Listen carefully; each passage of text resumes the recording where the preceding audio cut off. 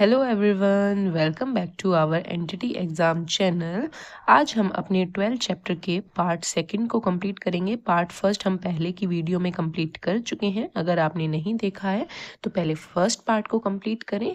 तो लेके माँ सरस्वती का नाम और शुरू करेंगे आज का अपना अध्ययन। ईसीसी कार्यक्रम की योजना एवं रूपरेखा।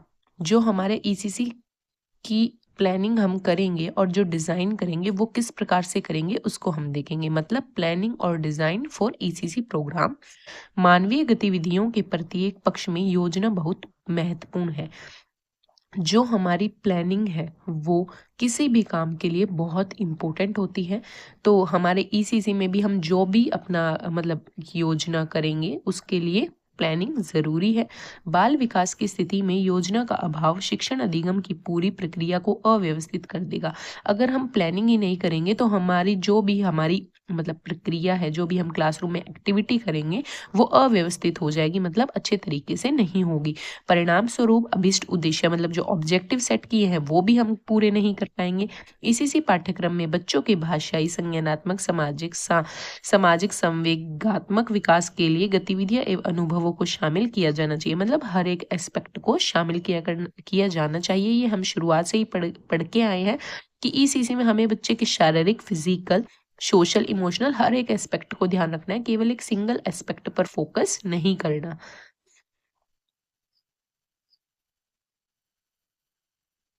योजना मुख्यतः 3 विभिन्न समय मापक्रम में आयोजित की जाती है, जो एक दूसरे से जुड़ी हुई है और एक दूसरे का अनुसरण करती है। मतलब जो हमारी इसमें योजना प्लानिंग दी गई है वो 3 पार्ट्स में है। कितने में प्लानिंग के कितने प्रकार हैं? 3 प्रकार है और तीनों आपस में अलग अलग नहीं है। याद रखेंगे ये पॉइंट, तीनों आपस में जुड़ी हुई है।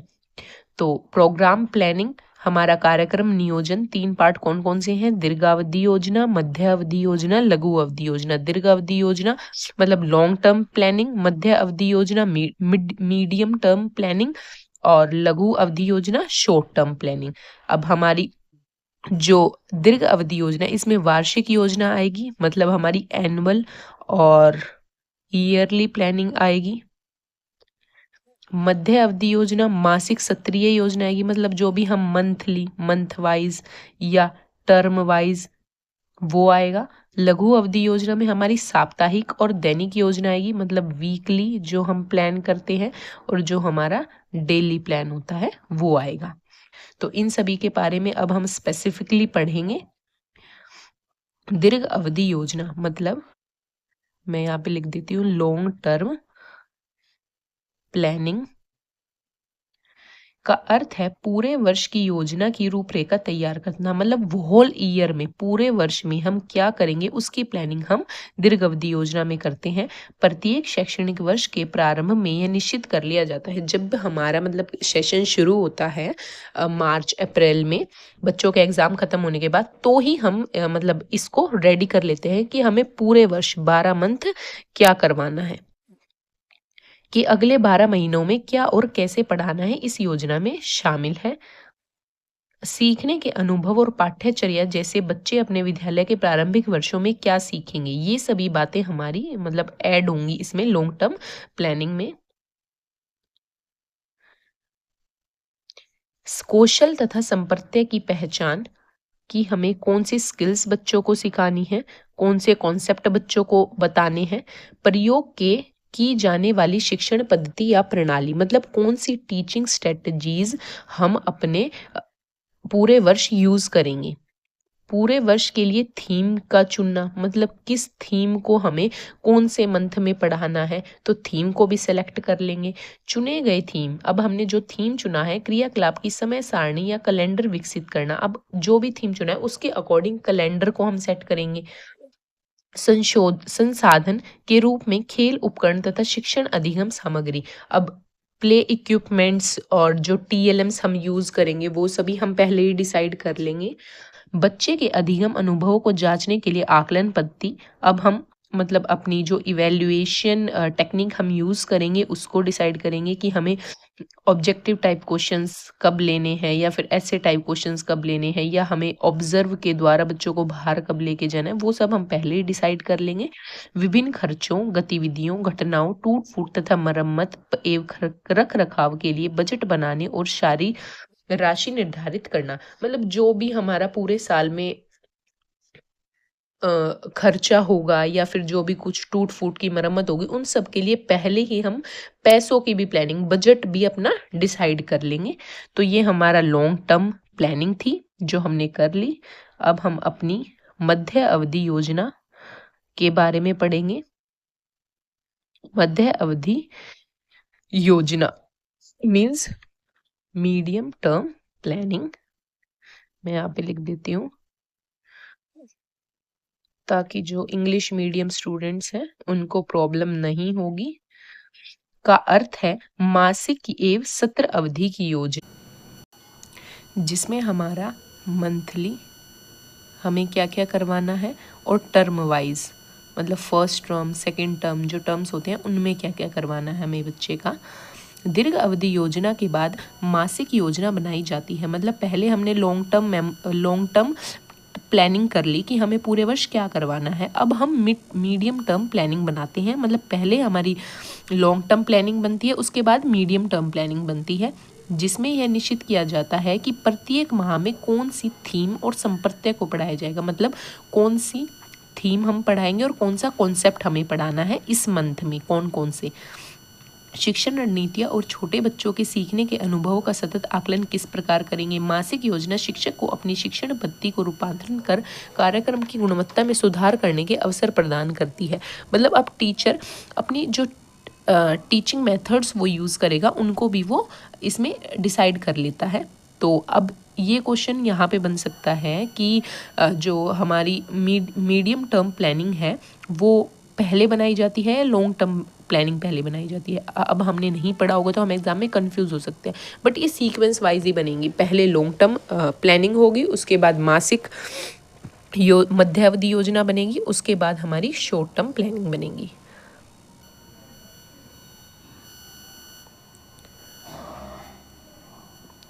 सत्रीय योजना थीम एवं अवधारणाओं की पहचान पर आधारित होती है, जो कि विविध आयामों जैसे मानसिक कार्यों को बढ़ावा, संप्रेषण कौशल में वृद्धि के साथ साथ सामाजिक दक्षता को बढ़ाने में खोजबीन एवं विकास को बढ़ावा देती है।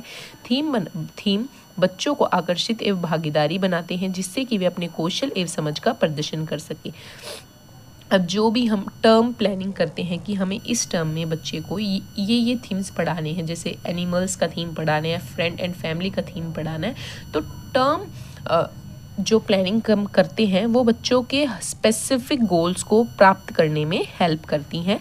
वार्षिक योजना से ही मासिक योजना तैयार की जाती है। पॉइंट टू रिमेंबर, ध्यान देना है यहाँ पे, वार्षिक योजना से ही हमारी मासिक योजना तैयार की जाती है, जो कि एक निश्चित समय के लिए लक्ष्य को निर्धारित करती है तथा गतिविधियों को एक सामान्य रूपरेखा प्रदान करती है। मध्य अवधि योजना बच्चों के साथ कार्य करने का वास्तविक काल है। कौन सी योजना बच्चों के साथ कार्य करने का वास्तविक काल है? तो मध्य अवधि योजना इम्पोर्टेंट है गाइस। ये जो हमारी मतलब योजना है, प्रोग्राम प्लानिंग है, इन तीनों से हमारे 2023 के प्रीवियस ईयर क्वेश्चन एग्ज़ाम में क्वेश्चन पूछे गए हैं। अगर आप जाकर देखेंगे 2023 का, जब हम इस चैनल पर प्रीवियस ईयर क्वेश्चंस करेंगे तो आपको पता चलेगा, तब मैं बताऊंगी कि किस चैप्टर में से कौन से क्वेश्चंस पूछे गए हमारे, जिसमें विषय वस्तु के बारे में बच्चों की सहभागिता एवं अनुक्रिया की सतत समीक्षा की जाती है। तो अब हम लघु अवधि योजना के बारे में पढ़ेंगे। टर्म प्लानिंग का अर्थ है साप्ताहिक तथा दैनिक योजना, मतलब वीकली, हम वीक वाइज और डेली की प्लानिंग अपनी शॉर्ट टर्म प्लानिंग में करते हैं। यह दीर्घ अवधि तथा मध्य अवधि योजना से अधिक विषय परक है। मतलब ये थोड़ा ज़्यादा स्पेसिफिक है, हमारी मोर स्पेसिफिक। यह योजना प्रत्येक बच्चे की ज़रूरत और रुचि को ध्यान में रखकर बनाई जाती है। मतलब अब यहाँ पर स्पेसिफिक बच्चों को ध्यान रखा जाता है कि बच्चों की नीड के अकॉर्डिंग हम योजना बनाते हैं। बच्चों का बच्चों जो कहना एवं करना चाहते हैं उसे सुनना तथा उन्हें दैनिक योजना की प्रक्रिया में शामिल करना बच्चों को योजना की प्रक्रिया में सक्रिय रूप से जोड़ा जाता है। अब एग्जाम में पूछा जा सकता है किस योजना के तहत बच्चों को शामिल किया जाता है, तो हमारी लघु अवधि योजना के तहत। लघु अवधि योजना में आप ऐसे बच्चे जिन्हें अतिरिक्त सहयोग की आवश्यकता पर ध्यान भी दिया जा सकता है। अब लघु अवधि योजना में हम किन बातों का ध्यान रखते हैं, किन संसाधनों की जरूरत है हमें क्लासरूम में पढ़ाते वक्त, कौन से रिसोर्सेज चाहिए, खेल परिवेश में बदलाव कर उन्हें अनुकूलित कैसे बनाया जा सकता है, दिन में कौन सी गतिविधि किस समय होगी, कौन कहाँ होगा तथा उसकी प्रमुख भूमिका क्या होगी, अधिगम का आकलन किस प्रकार किया जाएगा। एग्जाम में पूछा जा सकता है इनमें से कोई भी 4 पॉइंट्स रख के कि कौन सा लघु अवधि योजना के बारे में हम सोचेंगे, तो ये पॉइंट्स भी आपको याद रखने हैं। साप्ताहिक एवं दैनिक कार्यक्रम के संदर्भ में लघु अवधि योजना को कौन से सही ढंग से समझाया गया है, तो हमारी साप्ताहिक और दैनिक योजना हमारी शॉर्ट टर्म प्लानिंग में आती है। अब हम इनके बारे में पढ़ेंगे। साप्ताहिक योजना मतलब वीकली प्लानिंग, यह लघु अवधि योजना का ही एक भाग है, याद रखेंगे।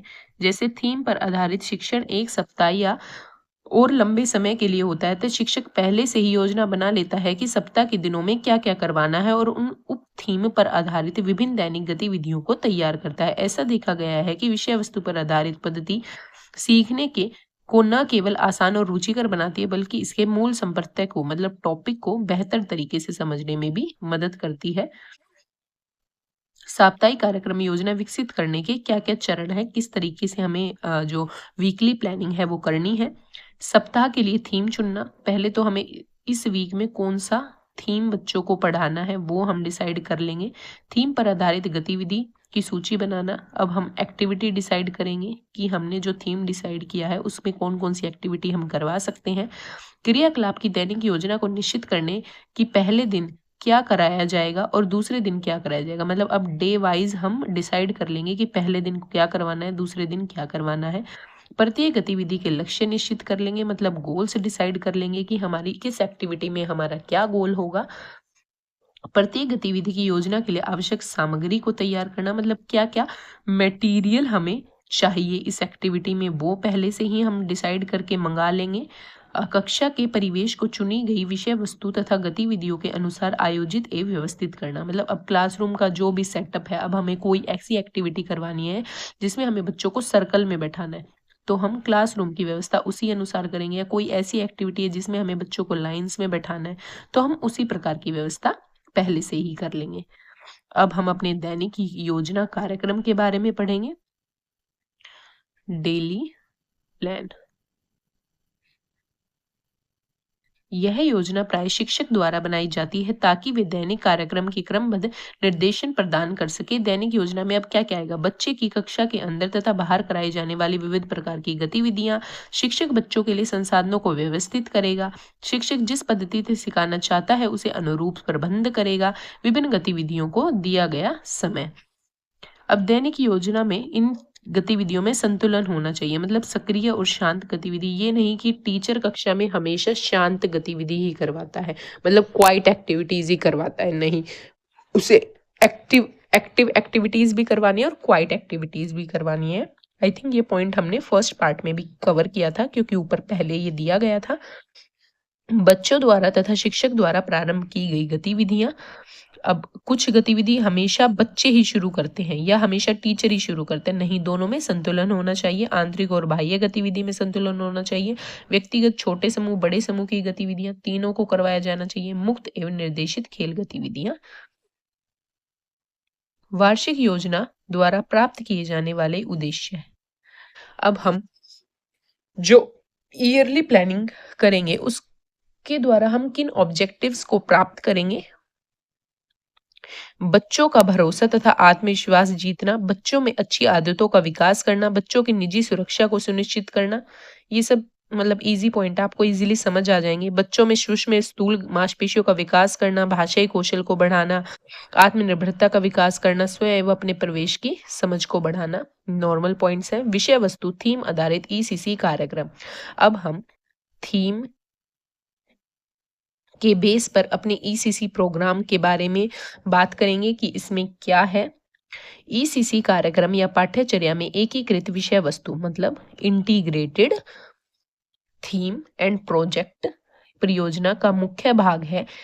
यह योजना उचित प्रकार से विकसित की जानी चाहिए ताकि यह बच्चों में उनके चारों ओर के वातावरण विभिन्न संपत्तियों मतलब टॉपिक के बीच अर्थपूर्ण संबंधों को समझ सके। प्री स्कूल पाठ्यचर्या लचीली बच्चों की ज़रूरतों के अनुकूल होनी चाहिए, मतलब वो फ्लेक्सिबल होनी चाहिए, बच्चों की नीड के हिसाब से होनी चाहिए, तभी तो बच्चों को हेल्प करेगी वो। यह सुनिश्चित किया जाए कि विषय वस्तु पर आधारित ईसीसी पाठ्यचर्या की रचना देश की विविध सामाजिक सांस्कृतिक भाषा, ये नहीं कि एक ही आप समाज, कम्युनिटी, संस्कृति, भाषा का यूज करें, नहीं, हमें डाइवर्सिटी को प्रमोट करना है। दैनिक, साप्ताहिक, मासिक विषय वस्तु पर आधारित कार्यक्रम सीखने के अनुभवों को ध्यान में रखकर तैयार किए जाने चाहिए जो विकास के सभी पहलुओं तथा आयु एवं विकास के उपयुक्त हों। विभिन्न पहलू और संपत्तियों के बीच गतिविधियों की उद्देश्यपूर्ण योजना होनी चाहिए जो बच्चों की सक्रिय, ये सब वही बातें लिखी गई हैं जो हम पढ़ चुके हैं, आप एक बार खुद से रीड कर सकते हैं। अब विषय वस्तु थीम पर आधारित योजना के चरण, मतलब हम थीम बेस्ड प्लानिंग करेंगे तो उसके क्या स्टेप्स होंगे। थीम बेस्ड प्लानिंग के, विषय वस्तु थीम की पहचान करना, तो सबसे पहले हम आइडेंटिफाई करेंगे कि हमारा थीम है क्या। पहला चरण क्या होगा कि आइडेंटिफाई अ थीम, जिसमें विषय वस्तु से संबंधित क्रियाकलापों में भाग लेने के परिणाम स्वरूप शिक्षक बच्चों से क्या सीखने की आशा रखता है, क्या यह विषय वस्तु आयु और विकास के अनुरूप है। ये क्वेश्चंस टीचर खुद से पढ़ेगा जब वो कोई थीम डिसाइड करेगा। तो क्या बच्चों को विषय वस्तु मतलब थीम तथा इसकी पृष्ठभूमि के बारे में कोई समझ अथवा जानकारी है पहले से। दूसरा स्टेप क्या होगा, आपको ये स्टेप्स याद रखने हैं बस, कि पहले हम आइडेंटिफाई करेंगे थीम को, उसके बाद विभिन्न विषय वस्तुओं के लिए गतिविधियों, विषयों और अनुभवों का चयन करेंगे। मतलब हम आइडियाज, एक्सपीरियंस, इन सब को डिसाइड करेंगे कि हमें बच्चों को क्या क्या देना है। उसके बाद हम थीम वेब की योजना बनाएंगे। अब हमारा थीम वेब होता क्या है, इस वेब के थीम पर आधारित होने के बावजूद भी सभी पहलुओं पर बल दिया गया है। चुनी गई थीम है जानवर। अब शिक्षक को यह तय करना है कि बच्चों को विषय वस्तु से संबंधित खोज एवं अन्वेषण के अवसर प्रदान करने के लिए उसे किन गतिविधियों को शामिल करना है। थीम वेब में हमारे बहुत सारी एक्टिविटीज इंक्लूड होते हैं कि एक थीम पर बेस हमें शारीरिक एक्टिविटीज कौन सी करवानी है, सामाजिक और कला की कौन सी एक्टिविटी करवानी है, ये सभी हमारी डिसाइड होती हैं। देखो आपको नीचे दिखाया गया है ये एग्जाम्पल के थ्रू, ये इसमें हमारा सामाजिक के संवेगात्मक विकास से रिलेटेड स्थूल सूक्ष्म गत्यात्मक विकास, कला, शिल्प, संगीत का लय, व्यक्तिगत तथा सामाजिक विकास, ये सभी पॉइंट्स को ध्यान में रखते हुए हमें एक्टिविटीज करवानी है, ना कि केवल एक पॉइंट्स को ध्यान रखते हुए।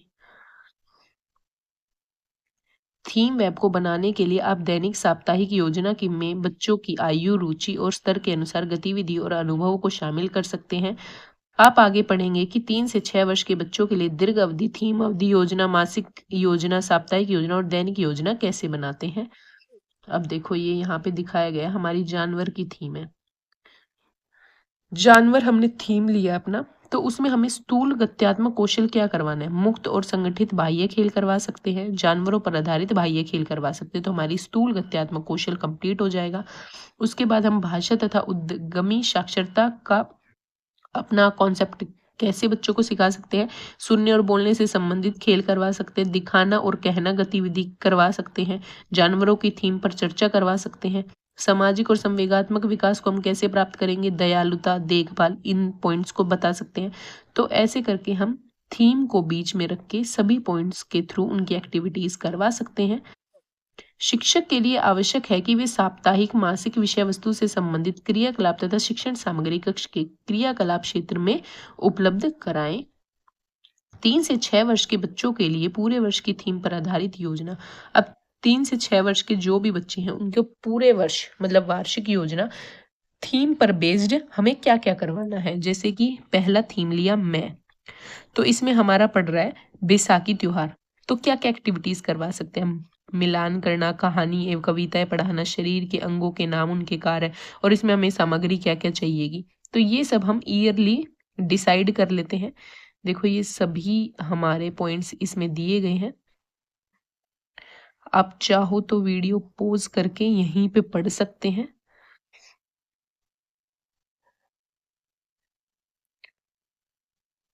समुदाय में सहयोग करने वाले लोग, अब इससे रिलेटेड हम क्या क्या एक्टिविटीज करवा सकते हैं। पिछले विषय वस्तुओं को दोहराना, अब रिवीजन भी हमें बच्चों का करवाना होता है, जो भी हमने पूरे ईयर करवाया है बच्चों को। यहाँ पे एक पॉइंट लिखा है, त्योहार तथा अन्य उत्सवों के अवसर पर संबंधित त्योहार के अनुरूप वार्तालाप का विषय चुना जा सकता है। प्री स्कूल में सभी त्योहार मनाए जाते हैं। ये पॉइंट इंपॉर्टेंट है कि प्री स्कूल में हम बच्चों के हर एक त्योहार को सेलिब्रेट करते हैं। आपने देखा भी होगा, अगर जन्माष्टमी है तो सभी बच्चे राधा या कृष्ण बन के आते हैं। क्यों? क्योंकि ये उनको सभी त्योहारों से अवगत हमें करवाना है, ये उनके करिकुलम का पार्ट है। अब नमूना 4 घंटे का, ये पॉइंट भी याद रखना है कि हमारा बाल वाटिका में, प्री स्कूल में बच्चों के 3 या 4 घंटे का ही क्लासेस होती हैं। तो ये डेली दैनिक योजना का नमूना है कि हमें बच्चे स्कूल में आएंगे 9 बजे, 9:30 तक हमें उनका स्वागत करना है, व्यायाम करवाना है, हल्का फुल्का प्रार्थना करवानी है जिसमें गीत, बच्चों की वार्तालाप शामिल होंगी। फिर 9:30 से 10 बजे तक हमें कक्षा में जाना है, आराम से बैठना है, अनौपचारिक उपस्थिति मतलब अटेंडेंस लेनी है बच्चों की। फिर 10 से 10:30 तक हम बाहर खेलने जाने वाली गतिविधि बच्चों को करवा सकते हैं, रेत और पानी की फिसलन पट्टी, साइकिल, तिपैया, ये वाली। फिर 10:30 से 11 बजे तक हाथ धोना, अल्पाहार मतलब बच्चों को भोजन के लिए बैठाना। 11 से 11:30 तक विश्राम का समय, बच्चे रेस्ट करेंगे। फिर कविता, कहानी, गीत, टेप रिकॉर्ड, म्यूजिक सिस्टम का यूज करके उन्हें डांस वगैरह एक्टिविटीज करवाएंगे। फिर 11:30 से 12 बजे तक आधे घंटे के लिए हम बच्चों को विषय परक संज्ञानात्मक विकास की गतिविधियां करवाएंगे जो उनके कॉग्निटिव डेवलपमेंट के लिए हेल्पफुल होंगी।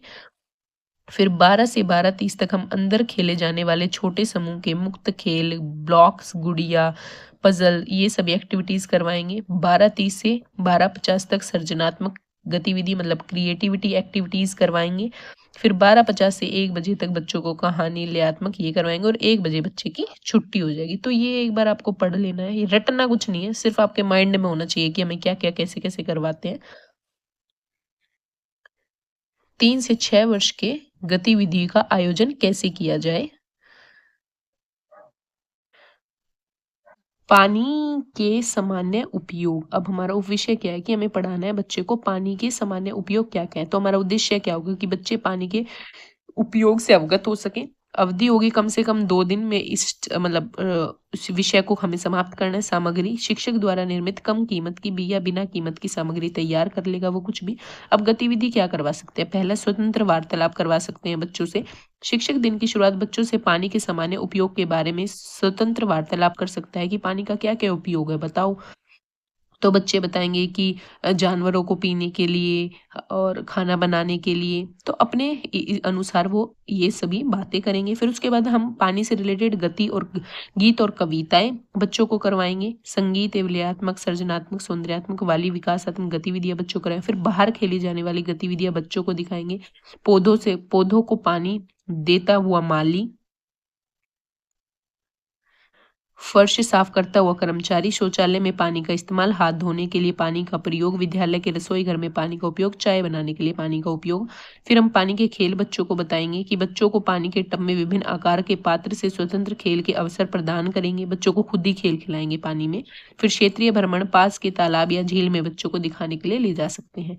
अब 4 से 6 वर्ष के बच्चों के लिए क्या गतिविधि करवा सकते हैं हम इसी टॉपिक पर, पानी से संबंधित रोल प्ले करवा सकते हैं। बच्चों को पानी के उपयोग पर विभिन्न विचारों को विचार करने के लिए कहेंगे, बच्चों को पानी के विभिन्न उपयोग और अभिनय करने के लिए कहेंगे।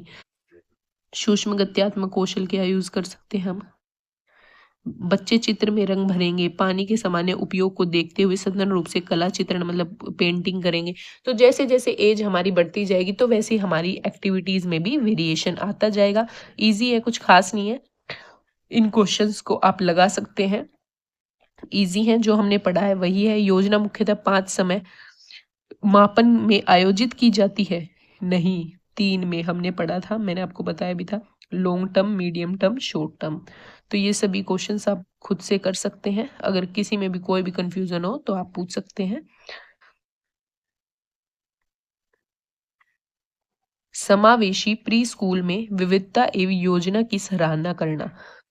अब हमारे इंक्लूसिव स्कूल में डाइवर्सिटी और प्लानिंग की हम किस तरीके से सराहना मतलब क्लासरूम में यूज कर सकते हैं। सभी बच्चों की जरूरतों, रुचि और योग्यताएं अलग अलग होती हैं, जहां वे विभिन्न तरीके की गति में से विकसित होते हैं।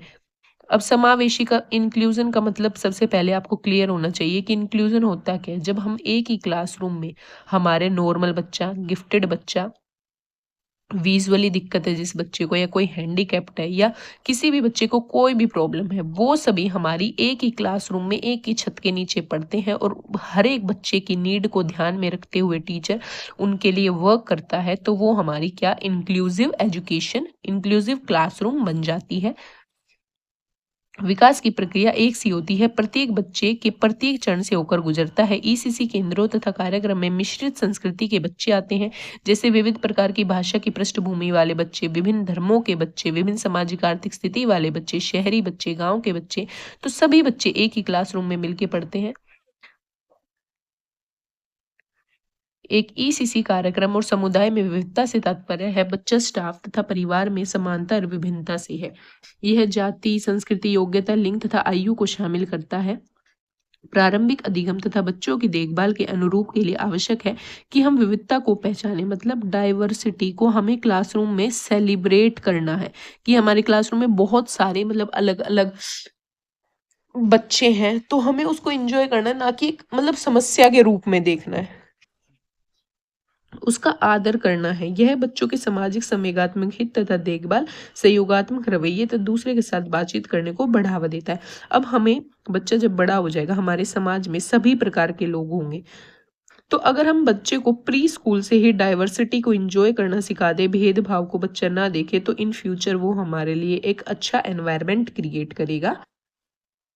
प्रत्येक बच्चे को अपनेपन की भावना तथा अपनी पहचान के प्रति सकारात्मक महसूस कराना है बच्चे को। अगर घर और विद्यालय का वातावरण अलग अलग हो तो आपसी सहयोग द्वारा इन विविधताओं को सुलझाया जा सकता है, जिसके लिए हम क्या कर सकते हैं, परिवार तथा शिक्षक के आपस में मुक्त संवाद हो सकता है, एक दूसरे की संस्कृति और अपेक्षाओं को सीखा जा सकता है। प्रत्येक की अभिन्न संस्कृति तथा पहचान का हमें आदर करना चाहिए। विविधता का आदर करने के लिए सकारात्मक परिवेश में समानता या विभिन्नताओं को खोजने के अवसर प्रदान करने चाहिए। ये पॉइंट्स आप पढ़ सकते हैं कि हम पाठ्यचर्या का नियोजन करते समय क्या क्या ध्यान रख सकते हैं, कि संस्कृति एवं उनके प्रासंगिक संवेदनशील होना, विविधता का आदर करना, लैंगिक मुद्दों का स्पष्टीकरण तथा समान अधिकार को बढ़ावा देना, कि गर्ल्स और बॉयज को इक्वल अपॉर्चुनिटी मिले हर एक चीज। तो हम प्री स्कूल से, छोटे बच्चों से ये बच्चों में इनकलकेट कर सकते हैं। सामान्यतः ईसीसी पाठ्यचर्या विविधताओं के सभी समूहों के लिए संवेदनशील, एक समावेशी सुनिश्चितता के लिए परिदृश्य के संबंध में स्पष्टीकरण नहीं करती। देखो, ये हमारा जितना भी मतलब टॉपिक लिखा हुआ है, इसमें यही है कि हमें बच्चों को डाइवर्सिटी को एक्सेप्ट करना सिखाना है, इंक्लूसिव क्लासरूम बनाना है, और बच्चों की डाइवर्सिटी का मतलब आदर करना है, उसे नेग्लेक्ट नहीं करना। अब समावेशी ईसीसी केंद्र के लिए शिक्षक की क्या रणनीति, टीचर को क्या करना है, टीचर को बच्चों के परिवार से सुझाव और मदद कर मांगे, बच्चे के दिए गए निर्देशों को सरल बनाना, समूह गतिविधियों में सहभागिता के सुधार करना, उपयुक्त रूप से प्रतिक्रिया देना, खेल सामग्री तथा उपकरण के प्रयोग में उनकी मदद करना। सेम वही बातें जो हम ऊपर पढ़ के आए हैं। विभिन्न संस्कृतियों का परिचय कहानी एवं खेलों के माध्यम से बच्चों को करवाना, कि सभी बच्चों को अपनापन फील हो, कि हाँ, मेरी संस्कृति की भी यहाँ पे बात हो रही है, मेरे कल्चर की भी बात हो रही है, हमारे घर भी ऐसे, तो बच्चे को अपनेपन का एहसास हो। ये क्वेश्चंस आप लगा सकते हैं, इम्पोर्टेंट है, यहीं पे वीडियो पॉज करके लगाने का ट्राई करें। अब आपने क्या सीखा, ये हमारा शॉर्ट फॉर्म में दिखाया गया है। प्री स्कूल के कार्यक्रम नियोजन में शामिल दीर्घ अवधि योजना में हमारी वार्षिक योजना आएगी, मध्य अवधि योजना में मासिक योजना, और सत्र अवधि योजना। और लघु अवधि योजना में हमारी साप्ताहिक योजना, दैनिक अवधि योजना। तो एक बार आप इसे पढ़ लेंगे तो आपकी रिवीजन अच्छे से हो जाएगी। एक अच्छी ईसीसी पाठ्यचर्या आयु उपयुक्त होगी, सर्वांगीण विकास वाली, खेल पर आधारित, एकीकृत होगी, इंटीग्रेटेड, प्रायोगिक, लचीली, प्रासंगिक होगी। तो गाइस हमारा चैप्टर हो गया है फिनिश। होप आप सभी को अच्छे से समझ आया होगा। ऐसे ही अपने एंटिटी एग्जाम को फोकस करते हुए एक सीट को अपनी पक्की करेंगे और पॉजिटिव रहें और ऐसे ही मेहनत करते रहें। तो हमारे 12 चैप्टर्स कंप्लीट हो गए हैं। अब हम नेक्स्ट क्लास में अपना 13 चैप्टर करेंगे और अगर पसंद आए तो आप लाइक शेयर कर सकते हैं और अपने दोस्तों को सब्सक्राइब करवा सकते हैं जिनको इसकी आवश्यकता है। तो मिलते हैं नेक्स्ट वीडियो में। आज के लिए बस इतना ही।